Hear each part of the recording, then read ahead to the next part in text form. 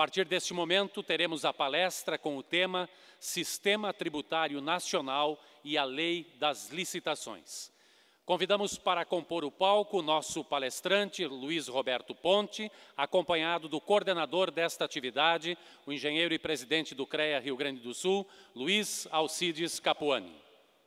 De imediato, nós passamos a palavra ao presidente do CREA do Rio Grande do Sul, engenheiro Luiz Alcides Capuani, para a condução dos trabalhos.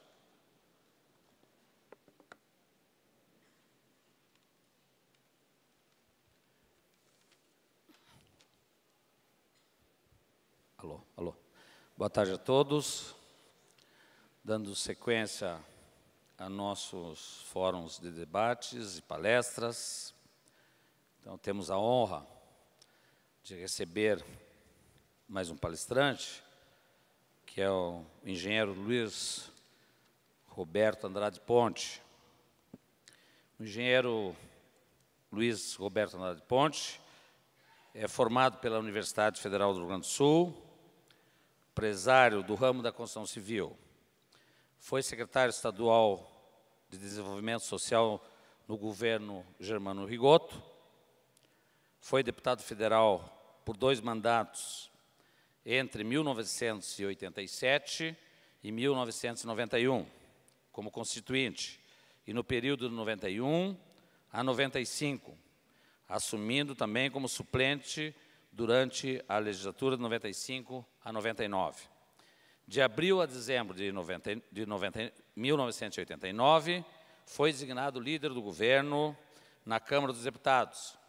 Foi ministro, chefe de gabinete civil da Presidência da República no governo José Sarney, de dezembro de 1989 a março de 1990.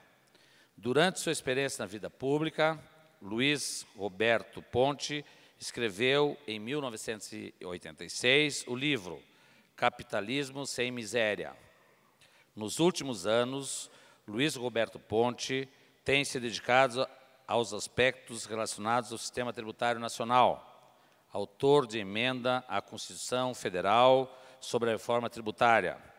Tem se destacado na luta constante pela reforma do atual modelo tributário nacional. Em todos esses anos de atuação empresarial, classista e parlamentar, recebeu inúmeras medalhas e homenagens.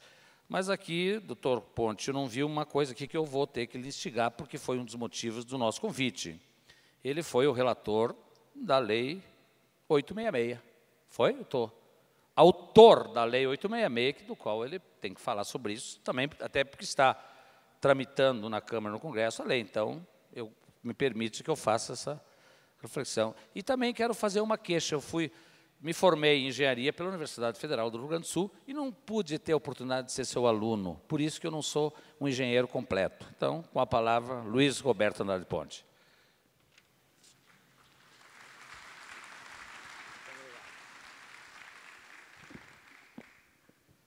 Meus prezados colegas, acho que a maioria aqui é engenheiro, e colegas, me põe o CREA 2 temas que basicamente norteiam a atuação pública e a iniciativa dos particulares. Porque se você analisar friamente em que consiste a ser um bom governo, é arrecadar corretamente, com justiça, com simplicidade, com racionalidade, sem complicações, e aplicar esses recursos de forma correta, nas prioridades que a sociedade deseja e com probidade. E a aplicação dos recursos, tirando a parte de mão de obra, praticamente toda ela é feita através de um instrumento que permita aos governos adquirir os bens, executar suas obras, contratar as prestações de serviço dos particulares.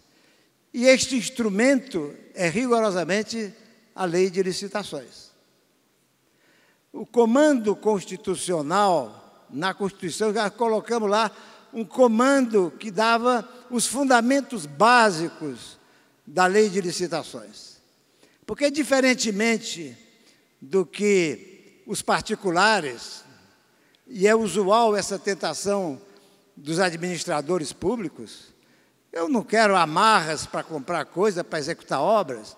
Eu quero escolher a empresa que eu conheço, que é boa, que eu sei que vai fazer, que é correta, que é minha conhecida. Não vou entrar aí numa aventura. Há essa vontade permanente da liberdade de contratar. O particular pode fazer isso. E, às vezes, usa até isso como argumento. Tem que fazer como no mundo particular. Você chega e escolhe, não tem essa burocracia, essa complicação, e se perde tempo. Tudo isto aí tem uma fraçãozinha de verdade em termos de perda de tempo. A perda de tempo é por outras razões que nós vamos falar. Acontece que o comando constitucional determina, e eu imagino que seja assim no mundo todo, não tenho essa informação, 3 fundamentos para exatamente permitir um dado essencial da vida de uma sociedade, que é a isonomia, que é a igualdade de todos perante a lei, que o particular não tem que fazer. Eu compro de quem quiser, compro caro, compro barato, compro pelo meu amigo, pelo meu inimigo, não tenho que dar satisfação a ninguém. O público não. Ele primeiro tem que permitir que todos os que comprovem que têm capacidade para fornecer participem da licitação. Isso é uma mudança, isso é um ponto de vista totalmente diverso do particular. Isso é crucial. Então, eu queria mostrar nessa lâmina preliminar que praticamente todas as ações dos governantes implicam na utilização de um instrumento para a contratação das obras, do fornecimento dos bens e a prestação de serviços que são necessários à implantação dos programas de governo e à qualidade da vida da população. Esses fundamentos da Constituição, que eu me referi, estão no artigo 37, inciso 21. E quais são eles? O primeiro, contratação mediante licitação pública, que eu já me referi. É fundamental a garantia da transparência das contratações, fator essencial para permitir a avaliação da própria sociedade quanto à correção e à conveniência do gasto governamental. Porque nós vamos ver, tem que ter previamente o valor estimado, e mais do que estimado, calculado por um projeto que tem que existir, para saber quanto é que custa. Como é que um governo vai contratar um bem sem saber quanto é que custa? Pelo menos aproximadamente. E para assegurar a isonomia e a lisura dos procedimentos licitatórios. O segundo fundamento é esse que eu referi, o direito isonômico de participação de todos que demonstrem ter real capacidade. Eu só posso barrar os que eu, querendo uma comprovação de capacidade, ele não atenda a essas condições, e para isso mesmo tem um mundo de balizamento para não se exigir mais do que necessário, e o comando da Constituição avisa isso, mais do que o necessário para comprovar a capacidade financeira e técnica para executar a obra. Eu não vou ali especificar, porque, como é uma determinação constitucional, não há nem que se questionar os benefícios desse mandamento, embora sejam eles inúmeros, entre os quais ressaltamos a proibição de privilegiar ou perseguir concorrentes, inclusive por razões políticas. Essa isonomia que assegura isso. E o terceiro e último é a obrigação de pagamento e a manutenção das condições efetivas da proposta. Essa garantia que não havia, você imagina o quanto ainda hoje há aqui e ali organismos e entidades que não pagam as contas pela contratação de serviço. Mas a lei proíbe que você abra a licitação sem ter dinheiro. A lei determina, como nós vamos ver lá adiante, um prazo para pagamento. E você fica liberto desse condicionante, que não tinha em período inflacionário, você ficava 6 meses, 7 meses, 8 meses sem receber conta, sujeito a sua vida, o seu destino enquanto empresa, enquanto fornecedor do governo, estava ligado à boa vontade do governante. Esses são os 3 fundamentos. Agora vamos passar a ler 12 princípios cruciais. Não se preocupe com a letrinha, ninguém vai querer que vocês leiam. Isso está aí para quem quiser, isso é só para... Interessa aquilo que está em letrinha mais escura, que são os 12 princípios que estão inseridos na 8666 e que é a proteção do Estado, do interesse público do Estado e do contratado, que tem também direito ao comportamento correto do contratante, que é uma coisa que foi muito ressaltada na Lei 8666. Segundo ponto desse princípio, não, primeiro, eu tinha pulado. Existência prévia de projeto e orçamento corretos que permita a clara definição do objeto da licitação. Esse é o ponto que mais diz respeito a este grupo de pessoas que aqui se encontram. É o projeto de engenharia, e eu agora vou ressaltar mais a questão de obras públicas. É inconcebível que você contrate a execução de uma obra sem dizer em que é que ela consiste. Como é que eu vou propor, se eu quero abrir uma licitação, algum preço se eu não conheço? Pois a RDC, ou RDC, que eu vou passar com algumas coisas, é uma coisa tão absurda que dispensa os projetos de engenharia, até o projeto básico. Ele remete, você vai entrar, você tem um conhecimento. Vou fazer um estádio de futebol para 40 mil pessoas. Daqui 30 dias você faz o projeto e apresenta a proposta de preço fechado. Vocês acham que isso é possível? Vocês acham que isso é imaginável? Pode, pela RDC, abrir uma concorrência para execução de Itaipu, dizendo só, eu quero uma barragem que vai dar 12 mil megawatts, eu quero que seja feito em 30 dias a apresentação da proposta e o projeto tem que estar também entregue pela mesma pessoa que vai executar. Só para vocês terem uma ideia do quanto é fundamental a existência do projeto. A lei não colocou o projeto final de engenharia como condição para fazer a concorrência. Chamou de projeto básico. Mas no projeto básico, ela define lá todos os parâmetros que tem que possuir para permitir fazer um orçamento correto.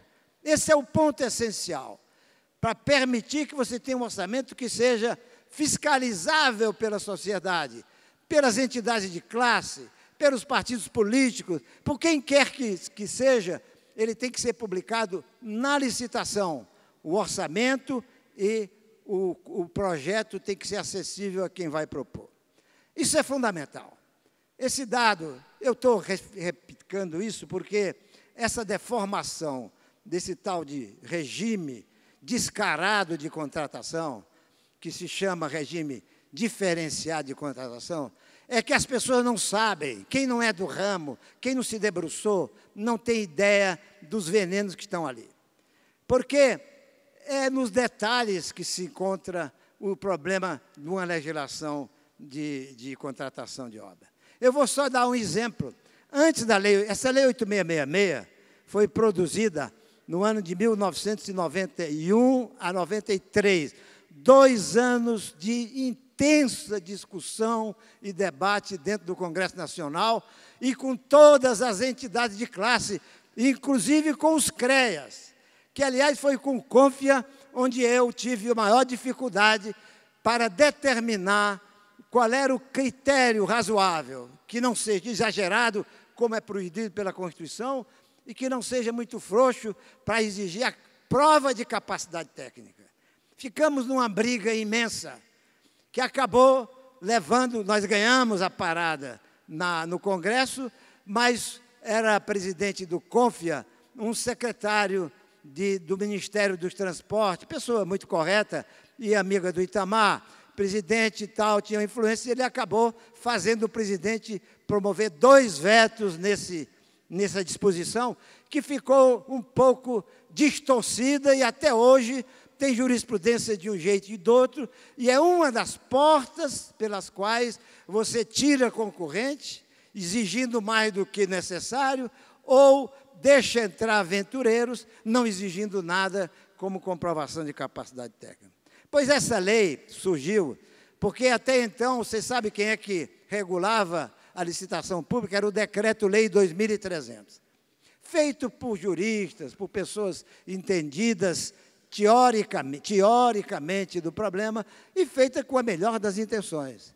Pois este Decreto-Lei 2300, quando chegou no governo, já permitia uma série de brechas Eu vou dizer um que era utilizado demais pelo presidente, o presidente ou seus ministros, não sei exatamente, Fernando Collor.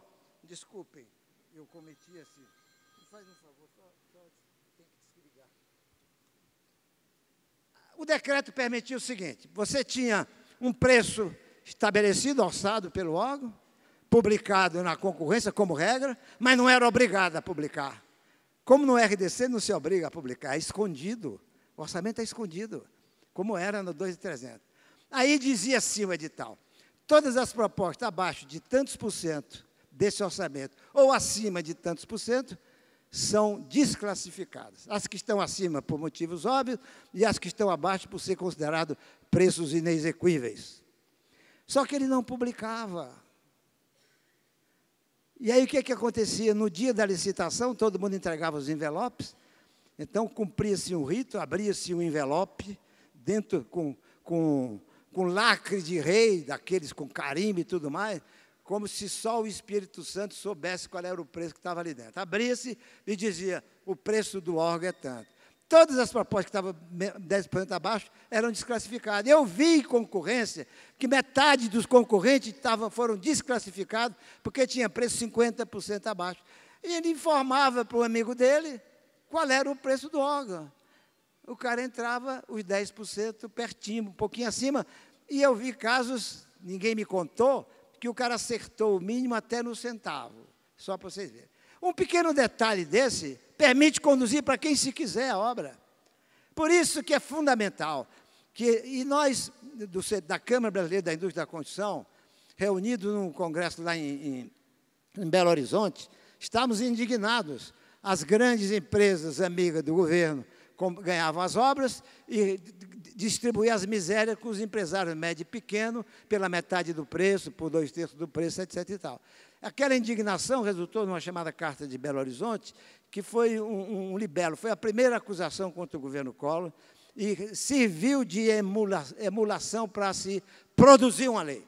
E aí nós começamos em todos os sindicatos, quais tipos de deformações são utilizadas pelos diversos órgãos públicos, que são milhares, só de prefeitura são 5.000, quais são utilizados para deformar, para romper o princípio da isonomia e exigir o que não devia ser possível exigir ou permitir preços que não deviam ser. Foi bom. Aí esse debate começou por quem conhece o tema. E dentro do Congresso, Câmara dos Deputados, votou-se na Câmara, foi para o Senado, o senador, casualmente foi o Pedro Simão, que foi o senador no Senado, introduziu o capítulo das penalizações e acabou sendo aprovado e virou a Lei 8666. Eu estou referindo isso para mostrar a importância absolutamente imprescindível da existência do projeto.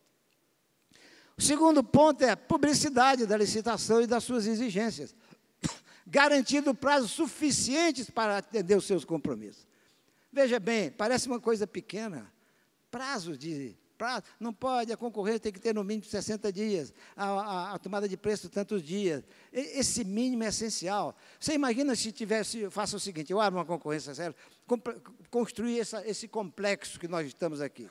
E digo o seguinte, você tem 30, mesmo tendo oferecido o projeto, etc., você tem 3 dias para fazer a apresentação da proposta. Eu aviso um amigo meu antes, ele se prepara, nos 3 dias não só vai concorrer ele. Cada detalhe é fundamental para assegurar os três fundamentos constitucionais. Isonomia, publicidade, que é a licitação pública, e a garantia dos pagamentos e da manutenção das condições propostas.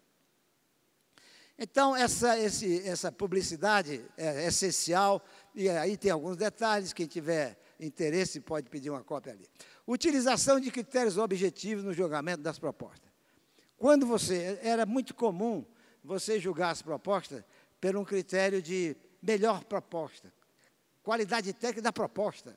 Não é você pegar um projetista que tem renome, que certamente vai produzir um projeto melhor. Não, era uma proposta que você prepara, porque eu vou usar tal equipamento e faço assim, faço assado, para fazer o mesmo objeto. E aí uma comissão dava nota por aquilo.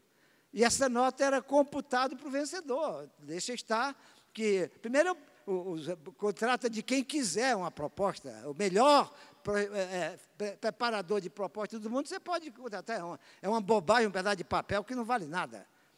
Então, você conduzia por esse caminho a Coelho. Então, os critérios, por isso mesmo, têm que ser objetivos, sempre que possível.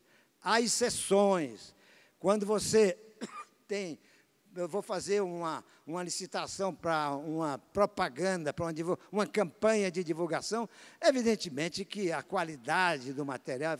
Então, aí sim, você criou o princípio de técnica de técnica e preço, que está bem organizado lá, para esses casos, precisa ser aplicado com a prudência necessária. Nesse critério de julgamento objetivo, na busca, nós procuramos definir os limites máximos das exigências de capacidade técnica que são possíveis fazer com que o licitante apresente na licitação.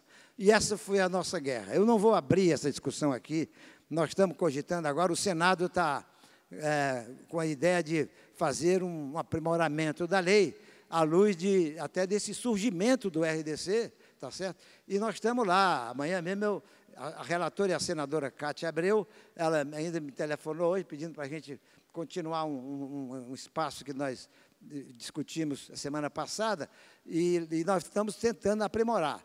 E vai ressurgir de novo, e eu estava até me comprometendo com o presidente do CREA, para trocar ideias. Nós não podemos ficar em ponto de vista diferente, porque se nós, engenheiros, e nós, aqui há de ter também empresários, e nós, há de ter aqui, certamente, membros do governo, ou nós, cidadãos, queremos, primeiro, fazer uma contratação que, respeitando esses fundamentos, conduza a melhor solução para o erário e para a sociedade. É isso que se busca. Então, nós não temos que ficar numa disputa de que o atestado pertence ao engenheiro, e aí o atestado é da empresa. Essa era a briga fundamental. Era um pouco de corporativismo, entre aspas, me perdoe a franqueza, de querer puxar a brasa para o assado. Um dos males do país é essa coisa de cada setor procurar se defender perante a sociedade. Isso é fruto das injustiças que todo mundo vê.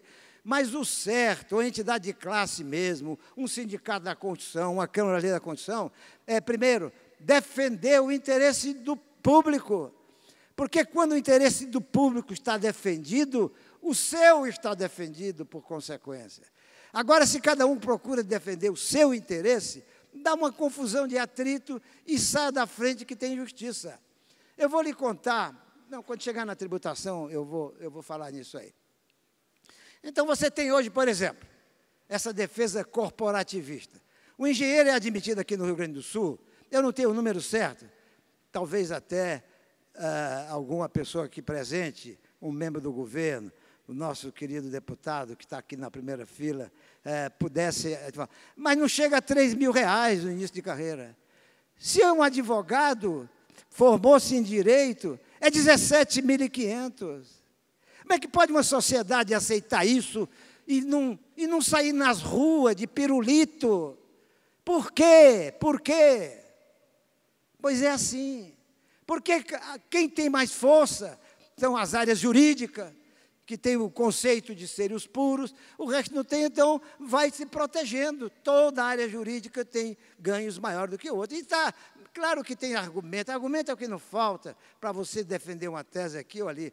Mas essa questão do corporativo, por isso é que eu tenho muita esperança nesta visão maior, que eu tenho absoluta certeza que tem os engenheiros. Eu até mexia muito quando, na juventude, dizia o que diferenciava o curso de engenharia do curso de medicina, na sua essência maior. Eu dizia assim, os nossos fãs, os professores que nós admirávamos, eram os professores que tinham conhecimento, que tinham respeitabilidade perante a sociedade, que tinham capacidade de se doar para os alunos. Esses eram os nossos modelos. E dizem que na medicina já é os professores, os médicos que tiveram sucesso econômico na vida. Isso é um pouco de marcação. Claro que é exagero, nunca é uma coisa só nem outra, mas eu só refiro isso para dizer que eu acredito muito na classe dos engenheiros. E eu acho que, embora nós demos com os burros na água naquela época, Foi muito trabalhoso, muito difícil, porque é argumento de tudo que é jeito. Quando o presidente do CONF dizia assim, tem que ser do engenheiro, eu digo, presidente, naquela época eu não tinha ainda perto de 80 anos como tem. Eu digo, presidente, quer dizer que o atestado é do engenheiro. Então se o engenheiro tiver com 85 anos, com câncer, sabendo que vai morrer dali um mês, ele pode entrar na concorrência e o atestado dele vale. Agora, o da firma não vale nada. De mais a mais, não é o engenheiro que faz a obra, é um conjunto de pessoas. O engenheiro é a coisa mais importante daquele conjunto, muitas vezes 1, 2, 3, 4. Mas não é ele o único. É o encarregado de usina. Olha, o que tem numa obra complexa de gente que sem muita instrução precisa, e é fundamental, senão não se faz uma obra bem feita, é enorme. Então, esse equilíbrio, eu tenho esperança, presidente, que a gente possa chegar nessa emenda, nessa reforma, se é que ela vai sair. Então, nós temos aqui a vedação de exigência de capacidade técnica desnecessária para o objeto licitado, é esse tema de que nós falamos agora, mas não o que você não comprova nada. Um banco chega e, porque tem dinheiro, entra na concorrência e sai a fazer a obra. Não pode. Tinha os dois atestados. A lei primitiva tinha os dois atestados. Era atestado de capacidade técnico profissional e atestado de capacidade técnica operacional. O que fez o presidente da República, o Itamar Franco, foi retirar o técnico operacional. Como isso estava uma linha de um parágrafo, acabou ficando distorcido o dispositivo. Desclassificação de propostas com preços inexequíveis. Eu acho que antes disso tinha uma. Estabelecimento de preço teto para que uma proposta possa ser aceita. Me perdoe, eu aqui vou fazer uma digressão, possa ser mal compreendido. Fala-se muito em cartelização das empresas de construção, como uma coisa que é o Satã, da cadeia, é crime. A proteção do órgão, do interesse público, está naquilo que está colocado ali. Tem que ter um projeto competente. Nós estamos propondo nessa modificação a exigência de ter uma RT de engenheiro responsável no projeto. Tem que ter a RT pela qual ele se responsabiliza. Que tem um orçamento que toda a sociedade sabe ver. Toda a sociedade sabe ver e verificar. E um teto. Pode se juntar todos os empresários do mundo. Não tem capacidade de tirar um centavo do Estado, no sentido de que ele entregou por um preço superfaturado a coisa. Qual é o problema de ter um teto? Se a proposta tiver um centavo em cima, é desclassificada. E ele bota o teto que quiser. Claro que não deve botar um abaixo, porque é outra visão deformada. Aqui no Brasil hoje, só escuta, quanto mais baixo o preço de uma obra, melhor. Quanto mais baixo, melhor. Se pudesse ser de graça, metade do que custa, ótimo. A imprensa bate palma, a Polícia Federal desfez o papel, o Tribunal de Contas da União disse que foi a tal, tirei, economizei tantos milhões, e as empresas se acabando. E as obras ficando ruins, e as obras não terminando. Eu vou descontar uma simetria com isso aí. O cartel. Veja bem, quando o povo está comprando arroz muito barato, o que acontece? Os produtores de arroz se reúnem à luz do sol, as suas entidades de classe todas se reúnem, determinam o que é que custa aquilo, vão no governo da União e dizem para ele, proíba o povo de comprar, olha só que coisa forte, proíba o povo de comprar arroz barato, e estabeleça um preço mínimo e puxe dinheiro público para comprar por esse preço mínimo, para que não desonere a produção lá na frente. Isso o mundo todo faz isso. E aí não é cartel, não é nada.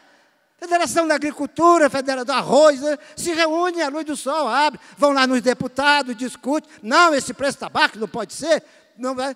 Mas como? Abaixo disso não é possível. Pois bom, aqui, se os empresários se juntarem, satanazes, parentes Isso que eles não podem botar preço alto. Se o governo cumpriu o seu papel, se o governo contratou um projeto correto, digno, certo, divulgado pela sociedade, que cada um vai verificar se o projeto está certo. Pois bom, Isso é assim hoje. Então, é imprescindível esse preço teto. O RDC não obriga a ter projeto. Portanto, não tem preço teto, não tem nada. É um vexame. Muito bem. Desclassificação de proposta com preço inexequível. Se me perguntarem hoje aqui qual é o grande problema na execução das obras públicas hoje no Brasil, não é preço alto. Vocês já viram que preço alto só se o governo não está cumprindo a sua obrigação.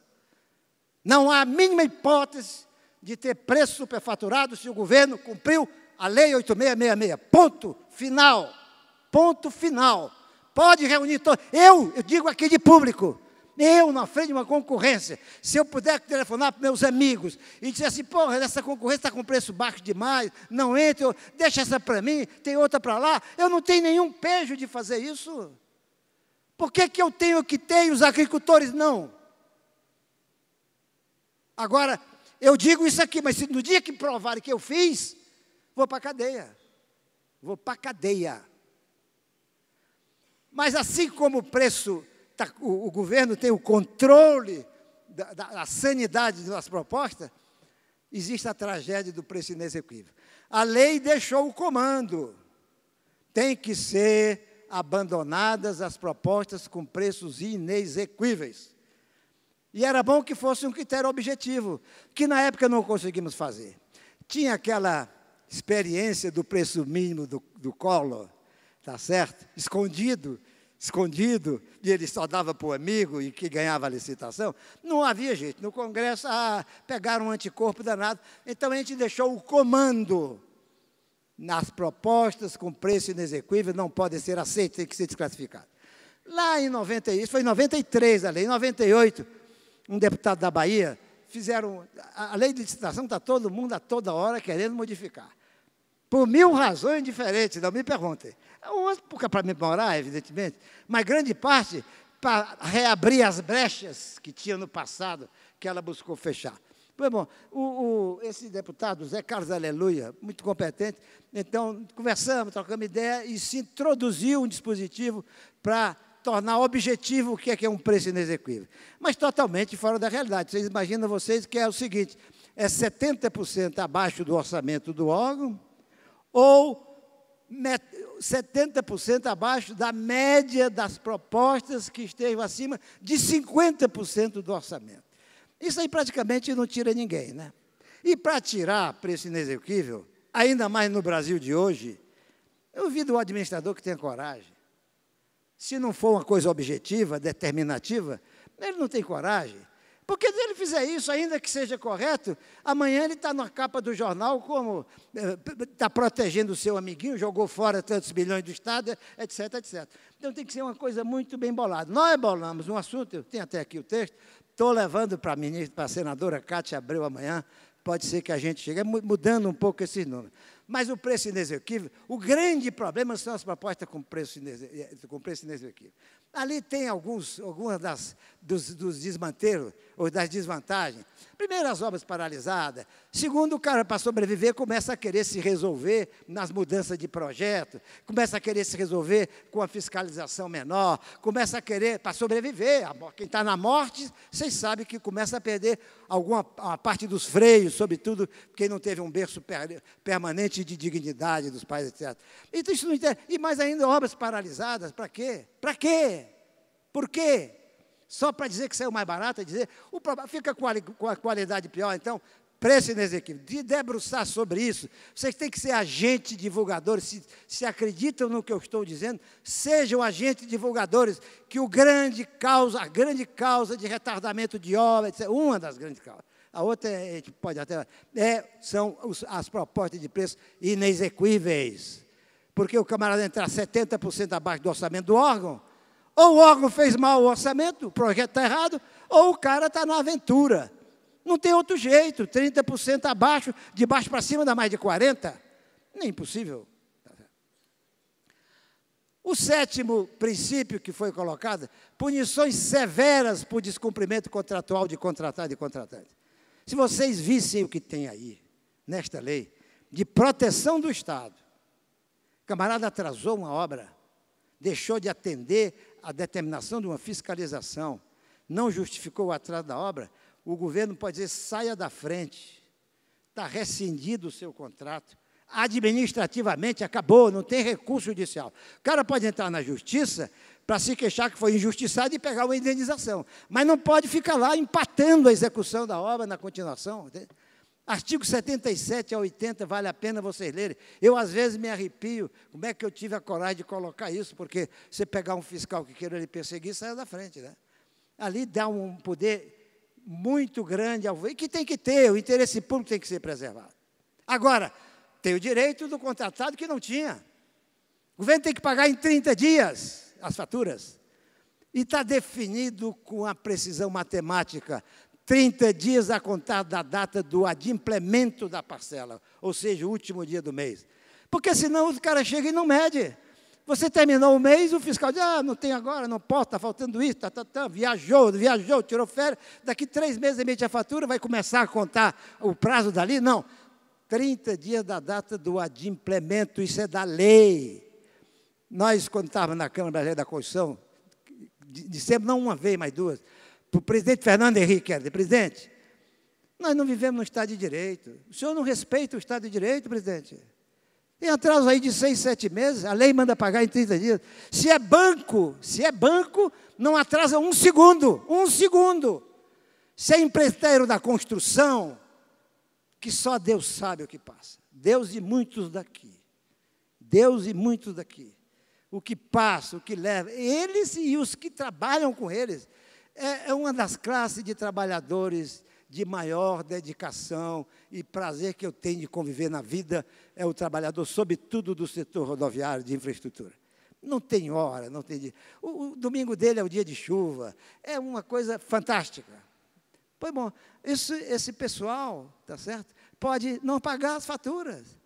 E se ele deixar de recolher o INSS, que reteve da folha de salário, porque não recebeu do governo, cadeia, crime, apropriação indébita. Eu não estou exagerando 1,, meus queridos amigos. Isso é rigorosamente o que é aqui. Está certa a lei que considere apropriação indébita, esse é outro departamento, mas não que seja isto sem pagar. Sem pagar. Então, a lei é clara, 30 dias para pagar. E mais, não pagando, antigamente não tinha nada. Você, num processo de inflação de 4%, 5% ao mês, e teve mais, você às vezes ficava, uma pessoa da função pública lhe apurriando para não pagar a obra. Boa noite, você, cadê você? Vocês sabem o que, é que pode ser. E você sendo comido pelo tempo, sendo comido, precisando do dinheiro, e ao mesmo tempo o dinheiro se desvalorizando. O que é isso?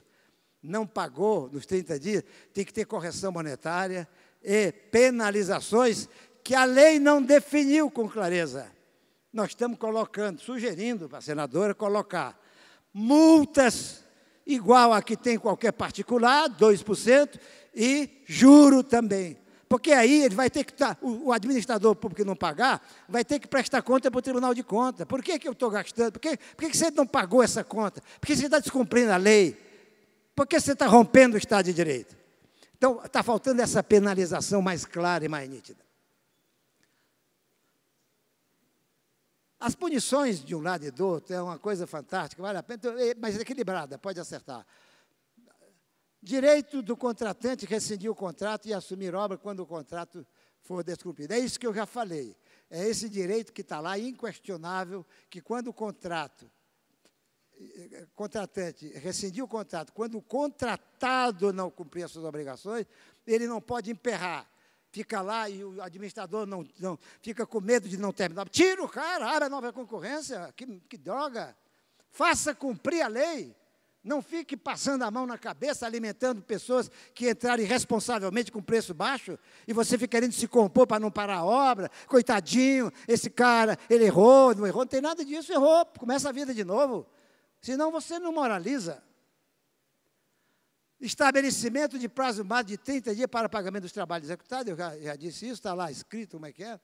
Direito do contratado rescindir o contrato por atraso de pagamento superior a 90 dias. Não tem corocochó, não tem corocochó. Esse está com disposição que ninguém pode pôr ilações, interpretações. 90 dias não pagou, eu tenho o direito, como contratado, ou de interromper os trabalhos, ou de rescindir o contrato. Claro que, se eu quiser, eu posso continuar o contrato, sabendo que vou receber reajustamento, aliás, correção monetária, multa e juros, entende? Mas isso é fundamental para te dar liberdade, entendeu? Total. Está nesse mesmo sentido. Obrigação dos pagamentos ser efetuados na ordem cronológica de sua exigibilidade. Isso parece um detalhezinho, né? Uma bobagem. Aí os órgãos públicos pagavam os amigos. Pagavam os amigos. Qual é o problema? Não, essa obra é prioridade, eu prefiro aquela. Isso aqui teve problema na medição, você não fez a medição, e papapá. Começa de 1 milhão de protestos. Ordem cronológica. Só que a gente deixou uma brechinha que era indispensável. Porque, por exemplo, vamos admitir que o Estado tem uma obra financiada pela Caixa Econômica Federal. E a Caixa tem sua verba específica, o Estado terá o dinheiro dela. Tirando as complicações que ela terá o dinheiro. E se ela entrar numa fila geral das obras do Estado, pode o Estado estar atrasando todas as obras e vai ter que atrasar a da Caixa, que a Caixa não quer. Então, a gente deixou isso em rubricas específicas, você pode estabelecer uma cronologia diferente. Mas saia da frente, aí criam nos orçamentos 10 mil rubricas, e os amigos vão para as rubricas que se tem preferência e acabam rompendo. Nós estamos propondo uma correção disso, que é bastante singela, E, por fim, a vedação de exigência de financiamento de empresa contratada para a execução dos trabalhos. Você sabe que introduziram um artigo, eu fui me dar conta, agora nessa reanálise, nessa releitura, eu fui me dar conta que fizeram já uma emenda na 8666, inserindo lá um dispositivo que dá toda a interpretação que você pode oferecer o financiamento para o Estado. Olha, eu me lembro no tempo do Andreasa, que era um homem de bem, diga-se de passagem, tinha fama de ser, pelo que se sabe, morreu de câncer, precisando da ajuda dos amigos para se tratar da doença, tentar se tratar, tudo bem. Mas o senhor não tinha lei de licitação. Ele chegava num conjunto de obras assim contratadas, estava um que ele achava que não ia terminar no prazo, disse, escuta, tia, tu diminui ali, tu vai ficar, esse vizinho vai entrar, vai fazer a tua metade, tu vai fazer aquilo. Ele mandava a mano militar, sem contestação. A legislação não tinha esse rigorismo. Tá certo? Então, você chegava a certos concorrentes, amigo com os bancos mundiais, com as coisas, levava o pacote de financiamento para o governo. Vou fazer as estradas multinacionais, as ligações, casada com o governo, e pronto, é só ele que tinha o financiamento, era o dono da obra. É proibido, financiamento é coisa de governo, até para não criar endividamento oculto. Daqui a pouco eu contrato uma opção de empreiteiro para arrumar financiamento e fazer obra, e essa obra tem que ser paga, porque é o governo que está devendo aquele financiamento, em última análise. E não só para isso, para evitar o privilégio, para garantir a isonomia. Pois colocaram lá um dispositivo que me parece que daí. Meus queridos amigos, eu não queria deixar de dar uma palavrinha sobre a legislação tributária, porque a gente se dedicou muito a isso. Desde 93, a gente trabalhou no tempo que o Roberto Campos estava vivo, um conjunto de parlamentares, num sistema insonegável de tributação, tributos insonegáveis. Então, se você me permitir, eu gostaria de colocar, eu não sei, presidente, se eu estou abusando, nós estamos aqui pelas 3 horas. Eu peço, eu não computei o tempo, a coordenação, por favor. Quanto tempo tem o doutor Ponte? Eu queria deixar talvez um pedaço depois para... Então, está livre o tempo, já a coordenação se pronunciou, eu me pronuncio. Então, o senhor pode falar o tempo que o senhor quiser. Pode ser? Começou que a plateia quiser. Começou com uma proposta lá, que foi elaborada, ela já foi reapresentada mais 3 vezes. Agora tem meia hora para perguntas, doutor Ponte. Quanto tempo ele tem ainda? Mais 10 minutos, doutor Ponte, que a gente pode fazer 10 em 20. Verdade. Coisa ruim a gente mais 20 minutos, então. A gente fala mal. 10 de tolerância e meia hora para perguntas. Eu vou ser bem rápido. Era um sistema que a gente criou, começando com a experiência com o ITF, o Imposto de Transmissão, Imposto de Transmissão Financeira, que depois veio a ser modificado para CPMF, Contribuição sobre Movimentação Financeira. aquele era um tributo que ninguém sonegava, todos vocês ouviram falar, né? Ninguém sonegava. Por quê? Quando a gente fala assim, constituir um sistema tributário com impostos não sonegáveis, a tendência das pessoas, eu me lembro na discussão que a gente fez aí pelo Brasil todo, dizer, ete é a lei, ete é a trampa. Todo imposto o cara acaba achando jeito, não é verdade. Desimpostos comuns, tem alguns que vocês não são sonegados. Quem é que sonega o IPVA? Você pode não pagar. Quem é que sonega IPTU? Você pode não pagar, mas você não sonega. Porque não é você que informa o seu valor a pagar. Você sonega ICMS, você sonega imposto de renda, você sonega IPI, você sonega PIS/COFINS, você que diz qual foi o seu faturamento, você que diz, e a função disso é o valor do tributo. Mas aquilo que vem de um arquivo, de um banco de dados, como é o caso do IPTU e do ITBI, são impostos insonegáveis. E, na época, além do ITF, Imposto de Transmissão Financeira, que nós fomos o relator, inclusive, foi no governo Itamar que foi criado. Não foi as pessoas dizem que foi o Jatene que criou para a saúde, não é nada disso. Não é parentesco nem do 5º grau da verdade. Esse imposto foi introduzido no governo Itamar Franco para experimentar com 0,2% se ele teria esse potencial enorme. Era um estudo de um economista de São Paulo, que dava uma grande capacidade de arrecadação, para substituir as contribuições sociais. Contribuição sobre a folha, PIS/COFINS, etc. Essa era a ideia. A gente botou 0,2 e ele ficou por um período, depois se extinguiu. Lá adiante, sim, o Jatene ressuscitou com o nome CPMF para a saúde, vinculado para a saúde. Mas, assim como esse imposto não era sonegável, e era justo, porque quem mais tem movimento financeiro são os mais ricos, naturalmente. Nós chegamos ao seguinte, olha, tem alguns bens que são predominantes no gasto da sociedade. Primeiro, as funções do sistema tributário, para você ver a relevância que tem. Assegurar recursos para o Estado cumprir o seu papel, prover os meios para alavancar o desenvolvimento, reduzir o desequilíbrio entre as unidades federadas, melhorar a distribuição de renda, assegurar a dignidade de vida na velhice, que é a Previdência Social, dar proteção contra a invalidez e o infortúnio, tá certo? E as características, os objetivos, era aquilo lá, simplificar o sistema, fazer um pacto federativo, lógico, claro e justo, acabando a iniquidade atual. Para vocês terem uma ideia, vocês não vão acreditar no que eu estou dizendo. A deformação do sistema tributário é porque a sociedade não enxerga.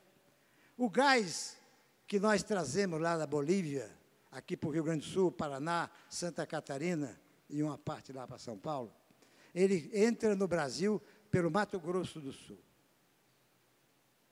Pois bom, como ele entra no Mato Grosso, o ICMS, que é pago aqui por quem compra o gás, para os táxis, para tudo, o gás que usa as indústrias, 12% de ICMS, é pago aqui pelos gaúchos, do gás que ele consome, e vai todinho para o Mato Grosso do Sul. Você pode acreditar nisso? Isso está assim cheio. Um automóvel, um caboclo do Piauí, que comprar um carro fabricado em São Paulo, pagou o ICMS dele lá, o ICMS que é para manter o Estado lá, os hospitais, as escolas, pagou o ICMS vai para São Paulo, que já tem a fábrica, que já tem os empregos da fábrica, o lucro da fábrica. É assim o sistema tributário brasileiro.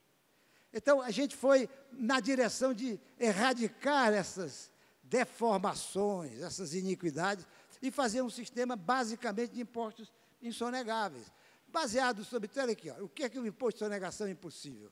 É um imposto incidente sobre a movimentação bancária, como já testado através do IPMF e da CPMF, tem grande potencial de arrecadação e é singelo, justo, de coleta automático e livre de sonegação. Custa zero para arrecadar, zero.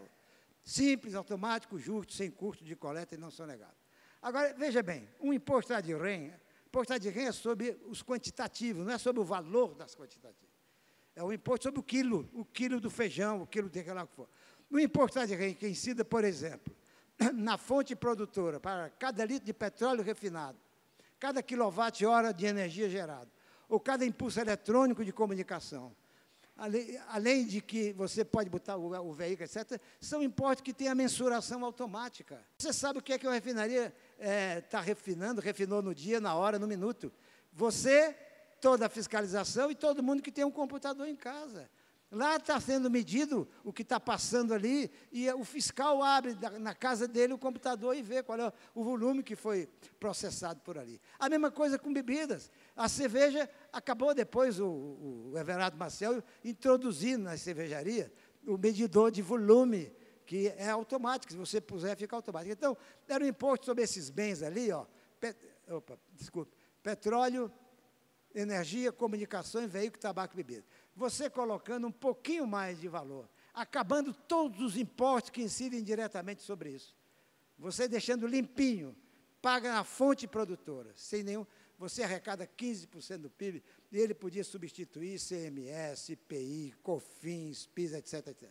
A essência era isso que está dizendo. Aí tem o cálculo de onde é que vem, está ali os 15%, está ali os 15%, ali naquele... Ali, não tem pontaria. E etc e tal. Então, o que eu queria dizer, os impostos que eram mantidos são impostos indispensáveis, importação, exportação, etc. E você tinha o IPC, que era esse imposto sobre produção e consumo, substituiria o ICMS, o IPI, o ISSQN, a CID e o salário de educação. E o ITF ia substituir a contribuição sobre a folha, tá certo? E a gente depois introduziu, e no começo não tinha nem imposto de renda, depois a gente introduziu para dar uma segurança, que eu não vou entrar no detalhe aqui, dada a limitação de tempo, e eu acho que a conveniência de nós podermos trocar algumas ideias, quer sobre isso, quer sobre lá. Tem aqui toda a arrecadação do país, como é que fica Estado, município, como é que faria a partição entre os Estados, entre os municípios, coisa mais lógica, não é uma coisa aleatória, origem, destino, que dá mil deformações. Eu, lamentavelmente, não vou poder. Apenas quero despertar o interesse de vocês, porque, embora isso já tenha sido apresentado 3 vezes, na primeira vez ele esteve muito perto de se converter em realidade. E não se converte por causa dos estados que recebem o ICMS pela origem, pela fonte, não pelo destino, que isso é o caso de São Paulo. Aí ele inventa 1000 defeitos em qualquer sistema que apareça, para não perder essa condição em que ele recebe talvez 30 bilhões por ano, São Paulo, de ICMS produzido em outros estados, pagos por outros estados, e que vai para as indústrias e, portanto, para o estado onde se encontra. Eu quero agradecer a oportunidade daqui, senhor presidente, de me colocar à disposição dos amigos. Obrigado.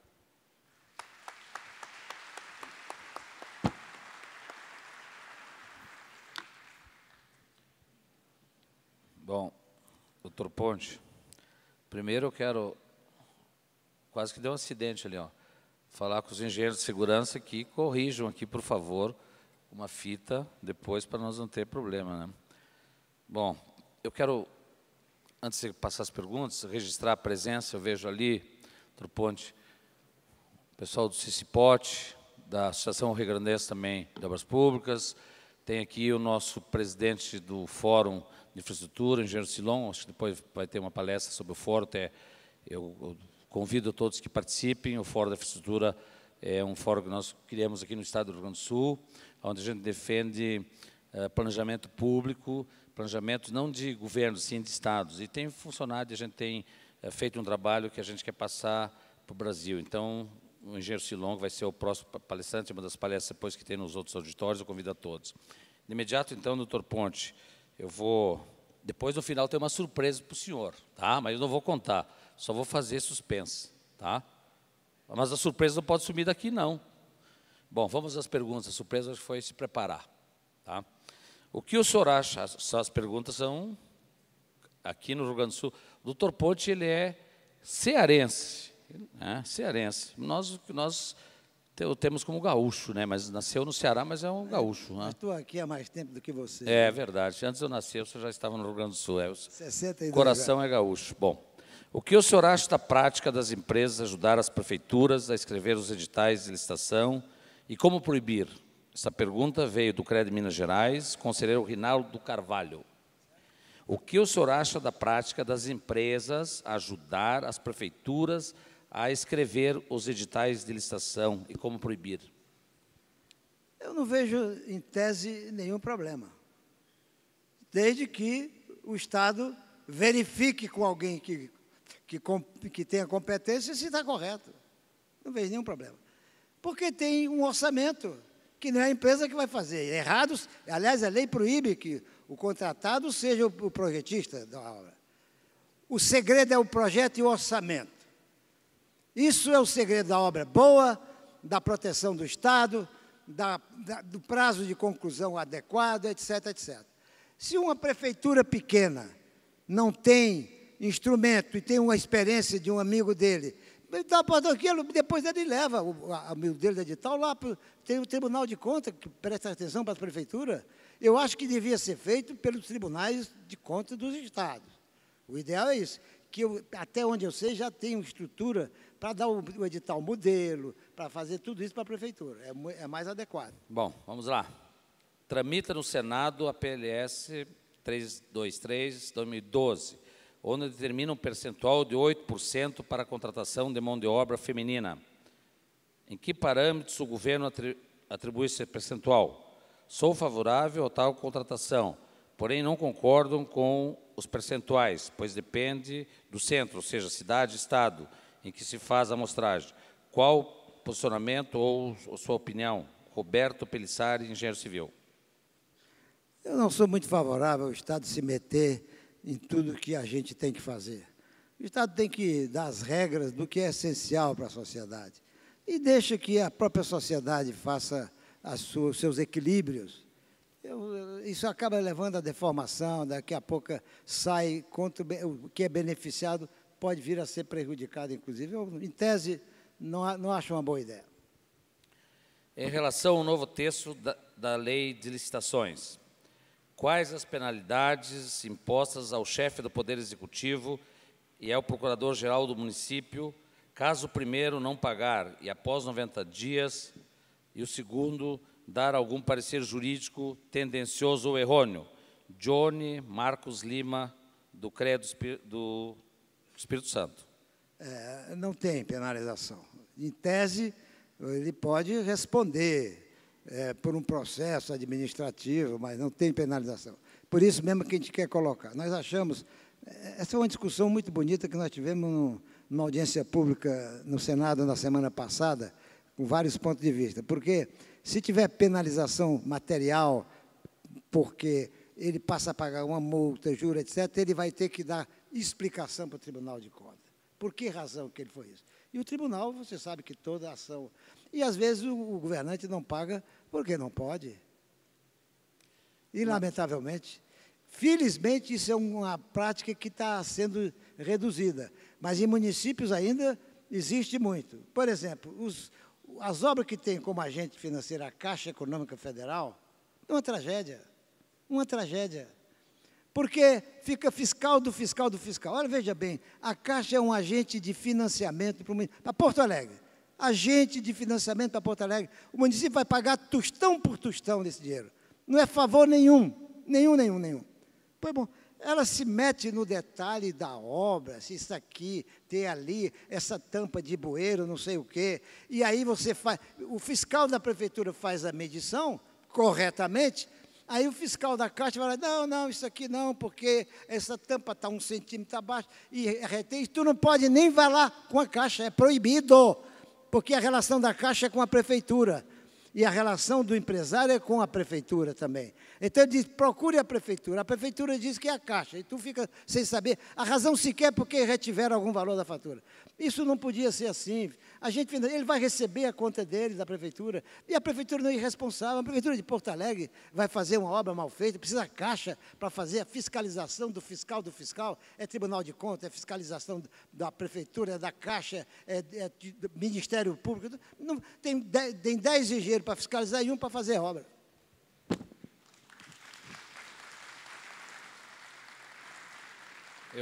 Eu tenho 2 perguntas, doutor Ponte, que é da mesma pessoa, então vou fazer as duas e o senhor responde junto. No documentário sobre a construção de Brasília, já demonstrava que existia aumento da quantidade de materiais, onde os funcionários da obra reclamavam e os dirigentes usavam suas ferramentas para continuar com esses desvios. Então, desde a época até hoje, está acontecendo muitas palestras sobre esse tipo de atitude no Brasil. Tudo, inclusive, hoje renovando as lembranças. Será que os brasileiros devem acreditar que algum dia isso irá mudar? Vou fazer outra pergunta que é a mesma pessoa, daí o senhor responde junto. Não, tem mais ainda aqui no verso, desculpe. Em instituições federais existe hoje, sim, todos os processos de licitação, mas é por preço do período, é curto, e ainda a empresa pode não entregar a mercadoria, é só pagar a multa. Licitação é a solução, qual é a sua sugestão? E agora, então, tem outra pergunta da mesma pessoa. Em obras públicas com um grande problema que se percebe em relação a outros países é a forma artesanal que é realizado, não utilizando tecnologias modernas. Isso força a morosidade e também como fica o acompanhamento e fiscalização de obras. Quando o Brasil irá utilizar tecnologias em grandes obras? Exemplo, construção de viadutos. Merli Baú, de Santa Catarina. Olha, aí é um pupurri de indagações, todas importantes.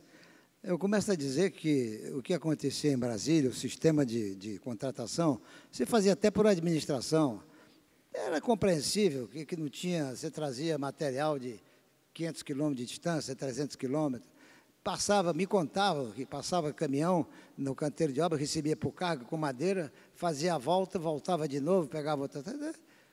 Só que isso não é quando, isso está totalmente impossibilitado com uma única coisa, cumprir a Lei 8666. Não existe problema de quantidade ou de qualidade, porque o fiscal, quando está fiscalizando uma obra, ele só libera a fatura daquele pedacinho que está corretamente feita, que está com precisão, com a qualidade especificada, e bem feita, etc. Senão ele não mede, não há possibilidade nenhuma de ter prejuízo. E o orçamento, se estiver correto, não pode ser ultrapassado. Não pode ser ultrapassado, a não ser que mude os quantitativos por uma mudança de projeto, que é usual. Uma dona de casa projetou uma casa, por mais acabado que seja o projeto, ela está lá pelo meio da casa, chega para o marido, vamos trocar isso aqui, botar um banheiro ali, botar um banheiro aqui, faz as adaptações. Uma fábrica de papel celulose aqui, vai ter uma concorrência, já estava na 24ª adaptação do projeto. Vai mudando até o tempo, as tecnologias, desde que seja feita a luz do sol. Mudou o projeto mesmo, muda o que foi a quantidade maior, incorpora no orçamento novo a luz do sol e temos que conversar. Então, não há o mínimo risco dessas falcatruas, não há risco de falcatrua se a lei for respeitada e o fiscal cumprir a sua obrigação. Ponto final. Isso aí é a mesma coisa que tirar com a mão. Não tem como. Agora, dessas outras indagações, a tecnologia, eu não sei se é tecnologia para execução, eu diria que as empresas de engenharia do Brasil, tá certo? Sobretudo essas grandes, são players mundiais. Eles disputam aí pelo mundo todo a execução das obras mais difíceis que possam imaginar vocês, tá certo? E com grande capacidade e qualidade. Não temos nenhum problema na nossa engenharia. Ela houve uma descontinuidade, sobretudo no setor de projeto, por conta de uma imobilidade do governo, que ficou muito tempo sem fazer obra. Deixou o país nessa agonia da falta de infraestrutura, que é a maior tragédia nacional hoje, das coisas materiais, é essa carência de infraestrutura. Sem continuidade, as empresas se descontinuaram. Está se recompondo os quadros técnicos agora. Mas temos pessoas com maior qualidade. E tecnologia, se é no processo licitatório, você faz hoje as concorrências, até o atestado nós estamos propondo, que possa ser feito tirando do próprio computador, do órgão público. Você tira uma certidão negativa, não precisa levar o papel, essa coisa. Eu não diria... O Brasil não está atrasado nisso, não. O Brasil está atrasado na complicação burocrática, na interpretação equivocada, nos processos corruptores que se disseminaram. Isso sim, isso é outro departamento. Por que a Petrobras e a Eletrobras não ficam subordinadas a 866, CREA Alagoas? Olha, essa pergunta é tão importante.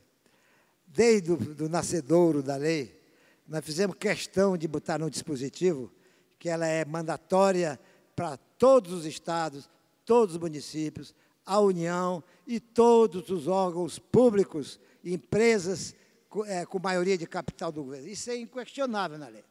Mudaram a Constituição, não conseguiram com muita clareza. Até hoje, há posicionamentos sérios de que a Petrobras não podia, mas mudaram um dispositivo, inclusive da Lei 8666, do 37, para colocar a palavra, não é capacidade, que deve ser levada em consideração, produtividade, uma coisa assim, entende? Para poder escapar. Escapa forçosamente. Escapa porque as pessoas gostam de entregar a obra para quem quer. E quando tem esse poder, acabou a probidade, acabou. Não pode entregar a quem você quer. Você pode até dizer, pô, que pena que não ganhou esse cara, era muito melhor. Paciência, foi o outro, a lei de Chico de Brito para cima dele. Se ele não cumpriu o contrato, saia da frente. E outra coisa que ele disse, o camarada atrasa e não acontece nada, não acontece nada. Aliás, tem uma sugestão, não é minha, mas eu vou propor, que o órgão seja obrigado a punir as empresas que não cumprem o contrato. Porque não punem. Ele não é só perder o deixar de receber, não. Ele não pode mais contratar por 2 anos. Acabou a empresa por 2 anos, pode ficar fazendo as obras que estão. Está textualmente na lei isso aí, de 1000 processos diferentes. Cumpri-la é o grande desafio. Parabéns pela palestra. Tivemos que exigir... Não terminou, não. Calma, tem pergunta aqui. Que a coisa pública tem que ser tratada como privada. Ou seja, o ordenador de despesa não paga, deve ser colocado na Serasa SPC. Emídio CREA, Rio Grande do Sul. Acho que essa foi combinada, hein, doutor Ponte? É o nosso conselheiro Emídio. Não foi combinado porque eu não estou de acordo em prender o homem, porque ele não é culpado. Essa é só uma... A Caixa não libera? Outra pergunta. Depois eu vou lhe fazer uma que o senhor não falou aqui, já o senhor prepara. A pergunta que eu vou fazer é cabeludo. O senhor não falou aqui sobre pregão eletrônico em obras públicas. O senhor não vai escapar, que eu vou lhe... Já vai se preparando quando fazer outra pergunta. Uma entidade de classe de direito privado que recebe recursos do convênio do CREA precisa fazer licitação. Gasto acima de R$8.000. Valmir CREA do Paraná. Olha, se vocês analisarem com detalhe a Lei 8666, que é caluniada como complexa, complicada, atrasa as obras, isso é a maior mentira, isso é um engodo que põe, por desconhecimento, a maioria dele, pessoas sadias, que por desconhecer acham que é complicado, não conhecem a lei, ou com intenção de desmoralizá-la para fazer reconstituir as brechas. Olhe bem, o que é um processo licitatório? Qual é o problema de fazer? Primeiro que tem 2 capítulos, tá certo? Sobre dispensa de licitação e inexigibilidade. Leiam lá os 2 dispositivos. O mundo de casos que não precisa. Você tem uma emergência, por mais ágil que seja a lei, você não pode ficar esperando fazer uma licitação.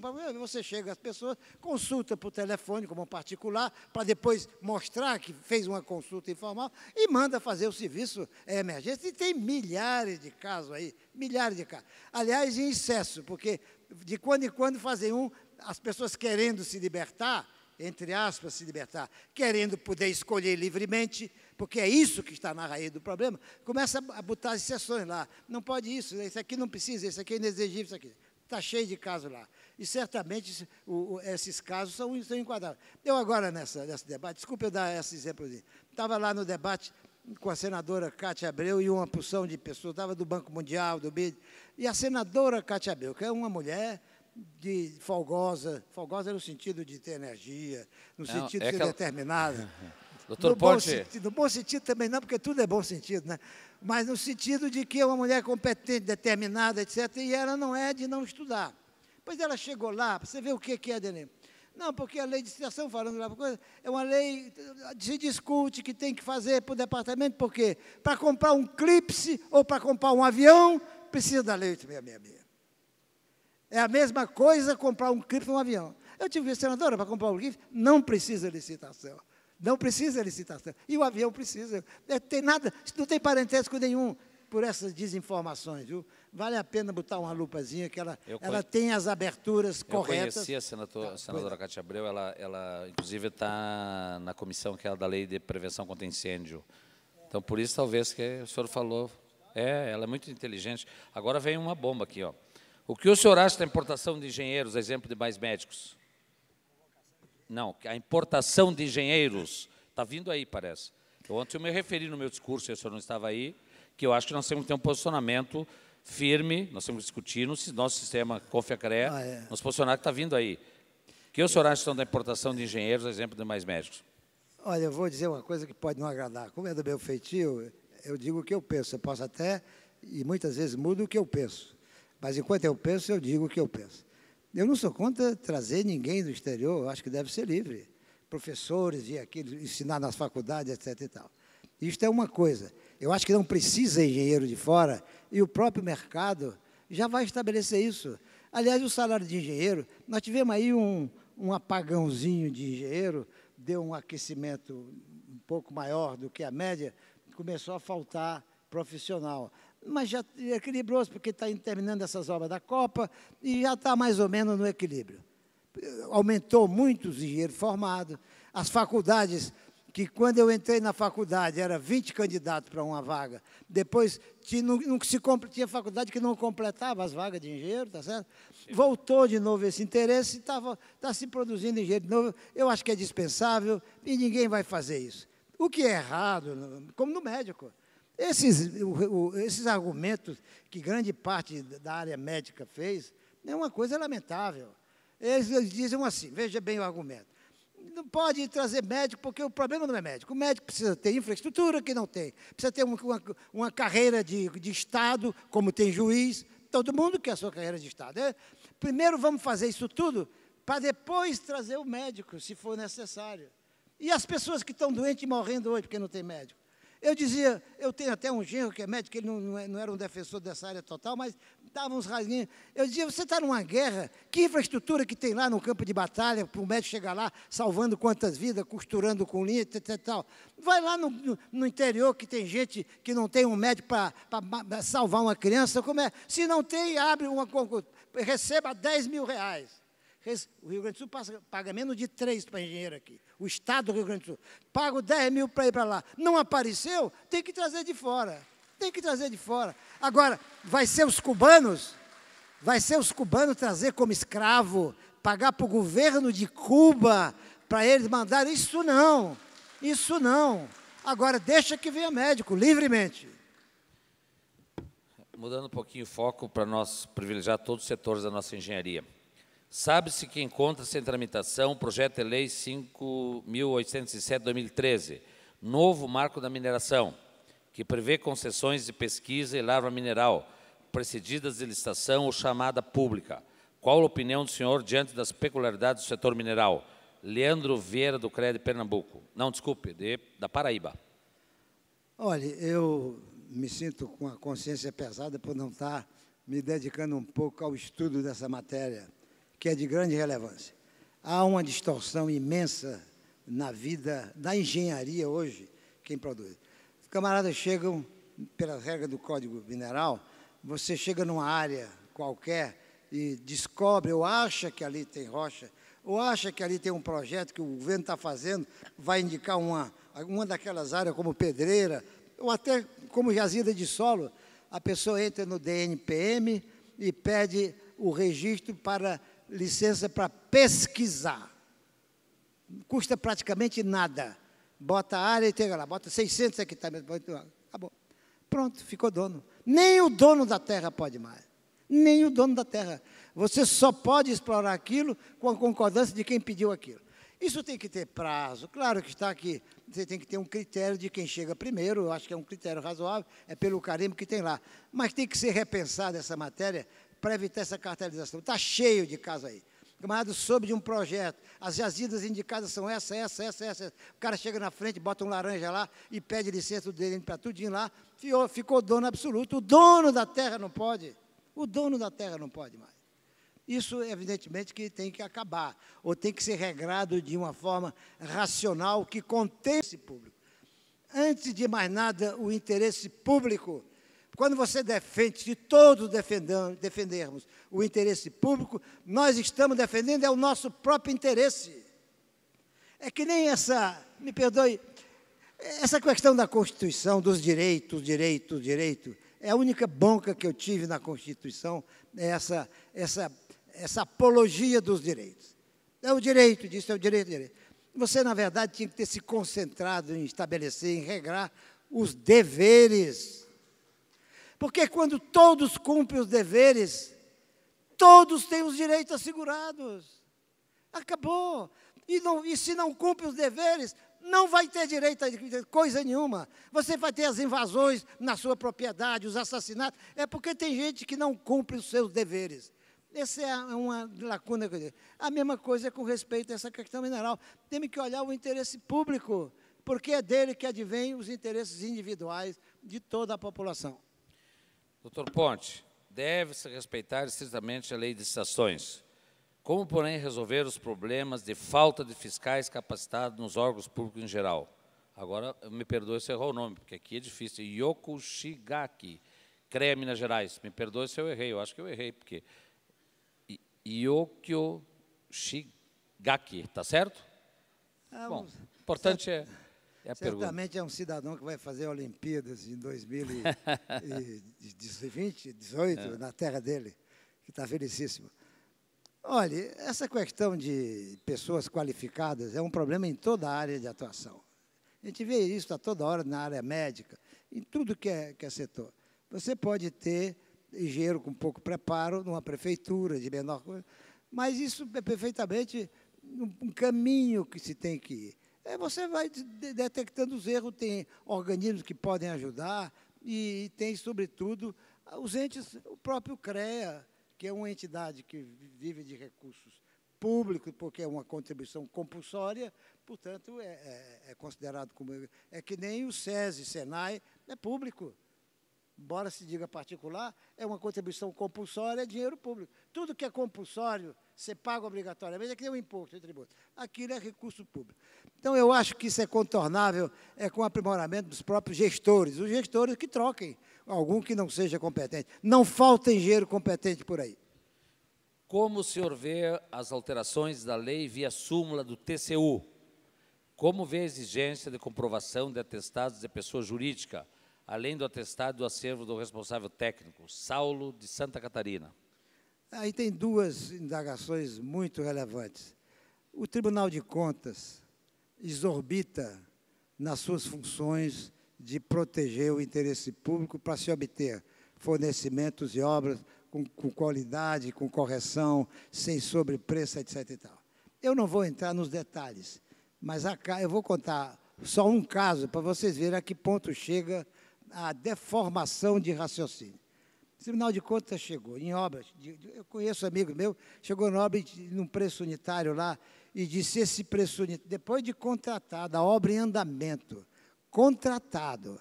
Você sabe que o contrato, que é um ato jurídico perfeito, não pode ser mexido nem por lei, é um comando da Constituição. Todo país sério que respeita o Estado de Direito tem este comando constitucional. O contrato é intocável. É intocável. Não pode. Então, o Tribunal de Contas chega e diz, esse preço está baixo, você faça meu favor, tem que baixar. E aí, você chega e diz, e aquele outro preço que está muito baixo, eu posso subir para compensar? Não, é só de cima para baixo. Você vê o tipo de... O que o cara está enxergando? Ele tem que olhar se a obra como um todo está com preço exagerado. Se não passou no filtro da concorrência, se houve uma falha do órgão, não fez o orçamento correto, etc. e tal, e contratou a obra por um preço exagerado, há elementos para rescisão administrativa, mas mediante um processo que demonstre que o preço está exagerado. A obra como um todo, não um preço isolado, não um preço isolado.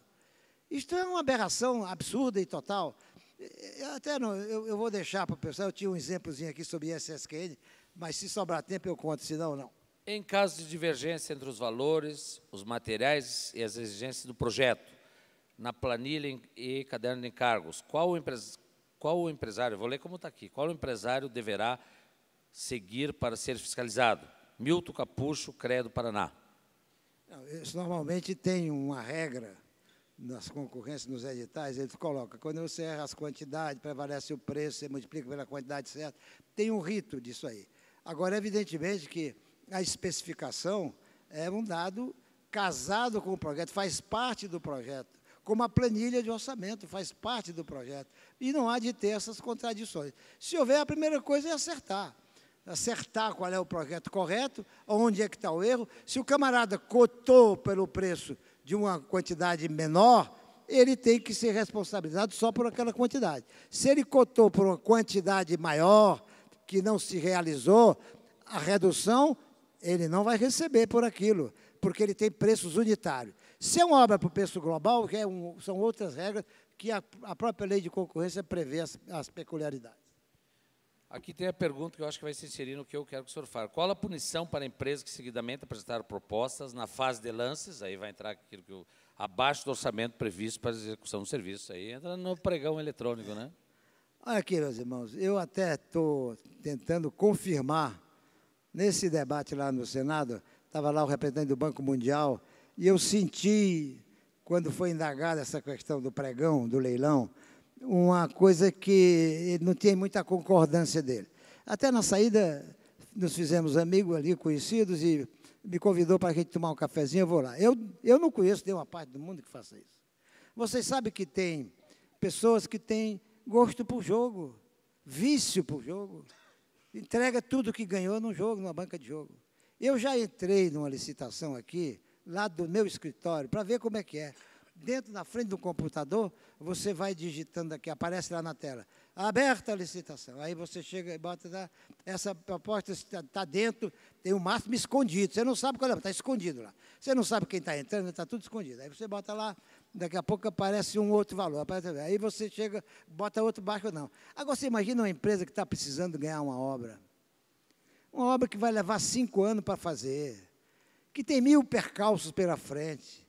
Você precisando fazer obra para manter empregado seu, etc. e tal, e você lá, e um cara lá, um irresponsável, me baixa aqui, e você, não é possível, eu não posso perder essa obra, isso vai ser, e pá, naquele instante, com a cabeça quente, isso é forma de cotar.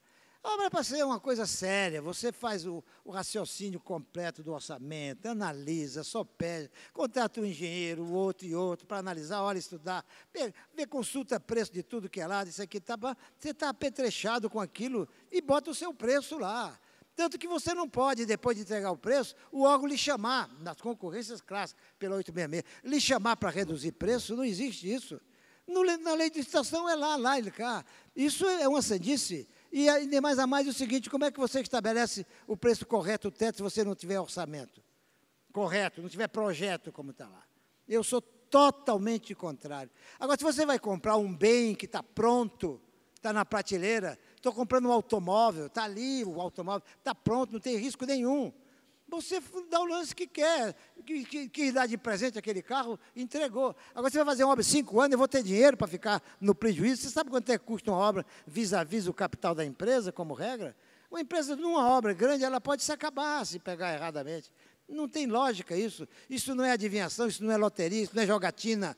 Obra de engenharia é uma coisa séria, para ser feita por quem entende, os técnicos profissionais da engenharia, fazendo o projeto da engenharia e da arquitetura, fazendo os projetos adequados, determinando o orçamento certo, fiscalizado pela sociedade, o construtor analisando e dando o seu preço, e com o teto que protege o governo, ponto final, e não aceitando preços inexequíveis, para que não se descontinue, não se desonere a atividade, como se desoneraria, como se acabaria uma atividade, uma produção agrícola que tivesse um preço inadequado durante muito tempo. Na exigência de exigibilidade, é necessário se ter um valor. Aqui não conseguiria, dos valores listados, para efeito, na média, para ganhar a licitação. Desculpe. Conseguiu entender? Quem sabe o senhor?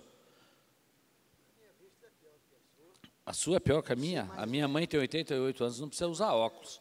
A geração antiga... Não, só tem uma palavra aqui. Vamos de novo. É que eu me deu um acesso de tosse aí na hora. Na exigência de execuibilidade, é necessário se ter um valor. Requisito, não consigo ler essa palavra, do valor, não sei se é requisito, licitado. Eu acho que é requisito, mas não é requisito valor. Reequilíbrio, não, também não é. Para efeito da média para ganhar a licitação. Quem falou é o Frederico. Frederico? Frederico, é do CREA, professor e inspetor do CREA, não diz aqui o Estado. Eu suponho que a inexigibilidade de licitação... Ficou prejudicada a pergunta dele por nossa casos que, incompetência. Dependendo do valor, é inexigível a licitação, não é certo? Mas realmente eu não sei. Mas depois o senhor responde pessoalmente para ele. Vamos nota, então? Em vez de se importar engenheiros, alegando falta deles, não faltaria empregadores querendo pagar pelo profissional competente, bem como falta política de Estado para planejar a longo prazo? Mauro, CEAP do CRED, Mato Grosso do Sul. Desculpe, eu estava lendo aqui. Vamos de novo, então. Esse aqui está bem. Em vez de importar engenheiros, alegando falta deles, não faltaria empregadores querendo pagar pelo profissional competente, bem como falta política de Estado para planejar a longo prazo? Mauro, CEAP do CRED, Mato Grosso do Sul. Olha, o empresário não vai pagar acima do que o mercado paga. A não ser exceções. Uma empresa que já se aprimorou muito e que tem um nível de produtividade diferenciado das demais, ele até pode fazer isso. Mas se ele fizer isso estando na média de capacidade de produtividade e pagar muito diferenciado do mercado, a tendência dele é se extinguir, porque a mão de obra representa muito na construção civil. É metade do gasto de uma obra, grosso modo, é mão de obra. Então, isso tudo está dentro de imbricado nas leis de mercado, lamentavelmente. Ou não. O Estado é outra coisa. O Estado deveria ter, sim, planos de carreira adequados, não pagar exageradamente alguns setores e insuficientemente outros. Essa é uma disputa lamentável que impõe muitas injustiças em todos os municípios, Estado e União do Brasil. Agora, o setor privado vai pelo mercado, viu? A sorte é que o engenheiro não é escravo. Quando na Constituinte estava se discutindo o problema da estabilidade do emprego, foi a grande guerra da Constituinte. Ninguém sabe disso. Era um grupo da esquerda da época querendo que as empresas não pudessem demitir os trabalhadores, como no setor público, não pudesse demitir. E o outro achando que isso poderia conduzir a uma tragédia, porque o juiz é que vai arbitrar. Primeiro que você nunca demite uma pessoa por prazer. Sempre tem uma causa para demitir. Ou porque não está precisando mais, ou até porque se desentendeu. Isso é suficiente. Por que você vai obrigar uma pessoa que não está mais gostando do patrão, que tem um patrão nojento? Essa palavra nojento não é boa, né? Tem um patrão sem sensibilidade, grosseiro, rude, tosco, que não está cumprindo as suas obrigações. Por que manter o escravo dele? Se liberta. Não é? Tem milhares de empresas aí pelo Brasil afora, pelo mundo afora. É muito melhor incentivar. O casamento não é mais insolúvel, com filhos que são complicadores sérios. Agora você quer manter a relação do emprego casado a vida inteira. Essa foi uma batalha gigantesca. Dali é que surgiu os 40% do fundo de garantia, foi a forma da transição para poder... A proteção, quando a despedida é imotivada, é uma indenização com o tempo, que é correto que haja, etc. A mesma coisa é na admissão. Se a pessoa está pagando pouco, ele vai procurar o mercado e procurar outras empresas, é o caminho mais saudável. Muito obrigado. Bom, doutor Ponte, então agora sim, a última pergunta, tenho certeza que o senhor não vai responder. Tem um cidadão que diz assim: solicito uma cópia da sua apresentação, que foi muito boa, e deixa aqui o telefone e e-mail que eu passo às suas mãos. Então, mais uma vez, eu quero agradecer a sua presença. E agora vem a surpresa. Deixa eu só dar uma surpresa. Sim, vou deixar as suas considerações com o seu finais. Pessoal, uma cópia por meio eletrônico, até da reforma tributária, numa exposição mais ampla. Para quem tiver interesse, pode perfeitamente pedir aí. A gente vai dispor depois da sua vocês podem mandar até. Mas para esse aqui eu vou mandar com um coraçãozinho desenhado no final. Muito obrigado.